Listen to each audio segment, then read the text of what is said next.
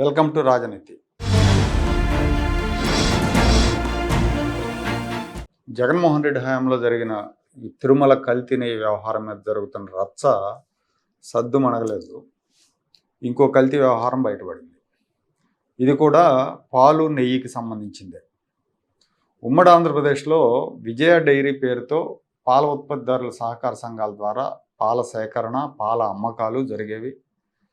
రాష్ట్రం విడిపోయిన తర్వాత కూడా విజయ బ్రాండ్ రెండు రాష్ట్రాలకి ఉమ్మడి హక్కుగా ఉంది.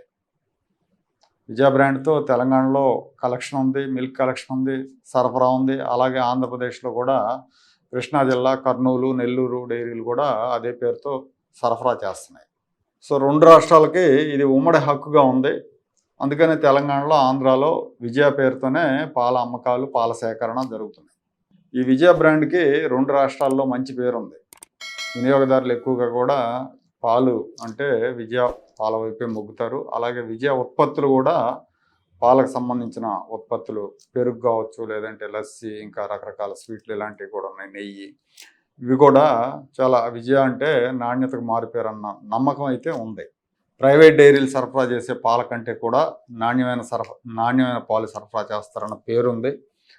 రాష్ట్రం విడిపోయిన తర్వాత ఒకే పేరున్న రెండు రాష్ట్రాల్లో రెండు ఫెడరేషన్లు వేరువేరుగా కార్యకలాపాలు నిర్వహిస్తున్నాయి. జగన్మోహన్ రెడ్డి గారు అధికారంలో ఉన్నప్పుడు Andhra Pradesh dairy development cooperative federation వాళ్ళు విజయ బ్రాండ్ను వాడుకునేందుకు ప్రైవేటు సంస్థలకు ఫ్రాంచైజీ హక్కులు కల్పించారు. గుజరాత్కి చెందిన మేఘనా ఫుడ్స్ అనే సంస్థకు ఫ్రాంచైజీ ఇచ్చారు. వాళ్ళు విజయ బ్రాండ్ పేరుతో నాసిరకం నెయ్యి ప్యాకెట్లతో పాటు నాణ్యత లేని పాలు, పెరుగు విచ్చలవిడిగా మార్కెట్లో అమ్ముతున్నారు. గుజరాత్లో తయారైన నెయ్యిని ఇక్కడ తీసుకొచ్చి విజయ లేబుల్తో తెలంగాణ, ఆంధ్రప్రదేశ్ మార్కెట్లో విక్రయిస్తున్నారు. ఇందులో వెజిటబుల్ ఆయిల్ కలిసినట్టుగా national dairy development board lab పరీక్షలో నిర్ధారణ అయిందని చెప్తున్నారు. తెలంగాణ విజయ డైరీ చైర్మన్ గుత్తా అమిత్ రెడ్డి ఇదే విషయాన్ని చెప్తున్నారు. దీని మూలంగా వినియోగదారులకి ఏది అసలైన విజయ బ్రాండు, ఏది నకిలీదో తెలియక మోసపోతున్నారు. మనం జనరల్గా పాలు కొనడానికి వెళ్ళినప్పుడు పలానా బ్రాండ్ కావాలని అడుగుతాం. విజయ కావాలంటే విజయ, జెర్సీ కావాలంటే, లేదా హెరిటేజ్, లేదా సంఘం, ఇట్లా అదే పేరుతో ఉన్న ప్యాకెట్ ఇస్తారు. కానీ అది అసలుదా నకిలీదా అనేది మనం పసిగట్టలేం. సో నాణ్యతను బట్టి అంచనా వేయాల్సిందే. నాణ్యత లేకపోతే ఆరోగ్యాలు దెబ్బతింటాయి. అలాగే విజయ బ్రాండ్కి కూడా నష్టం జరుగుతుంది. విజయది బ్రహ్మాండమైన బ్రాండ్, అలాంటి బ్రాండ్కి నష్టం జరుగుతుంది. విజయ డైరీ వాళ్ళు కల్తీ చేస్తున్నారన్న అపవాదం వస్తుంది. పాల ప్యాకెట్ల మీద క్యూఆర్ కోడ్ స్కాన్ చేస్తే ప్రభుత్వ డైరీ వివరాలకు బదులుగా ప్రైవేట్ కంపెనీల పేర్లు వస్తున్నాయని ఏపీ ఫెడరేషన్ ఇచ్చిన ఫ్రాంచైజీ హక్కులు రద్దు చేయాలని, విజయ బ్రాండ్ని కాపాడాలని తెలంగాణ విజయ డైరీ చైర్మన్ గుత్తా అమిత్ రెడ్డి ఆంధ్రప్రదేశ్ ప్రభుత్వానికి విజ్ఞప్తి చేశారు. ఆంధ్రప్రదేశ్ ప్రభుత్వం స్పందించకపోతే న్యాయపరమైన పోరాటం కూడా చేస్తామని అమిత్ రెడ్డి చెప్తున్నారు. డైరీ ఫెడరేషన్ నిబంధనల ప్రకారం ప్రభుత్వ బ్రాండ్ని ప్రైవేటు వ్యక్తులు వాడుకోవడానికి వీలు లేకపోయినా గత పాలకులు ఆ నిబంధనలు తుంగలో దొక్కారన్న విమర్శలు వస్తున్నాయి. ఈ వ్యవహారాన్ని ప్రస్తుత ఏపీ ప్రభుత్వం దృష్టికి తీసుకెళ్లామని, వెంటనే గుజరాత్ సంస్థకి ఇచ్చిన ఫ్రాంచైజీని రద్దు చేయాలని అమిత్ రెడ్డి డిమాండ్ చేస్తున్నారు.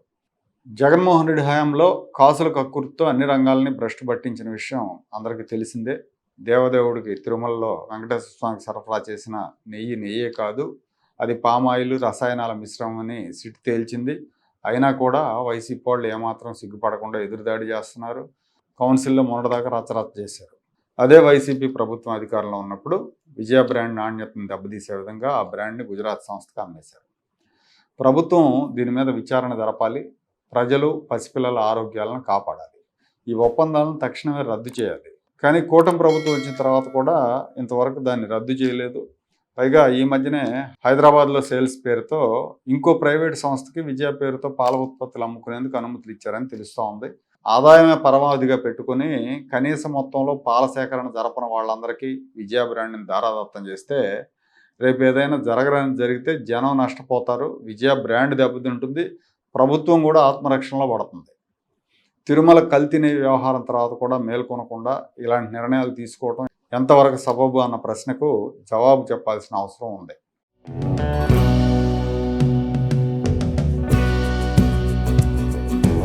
Like, share and subscribe to Rajaniti channel.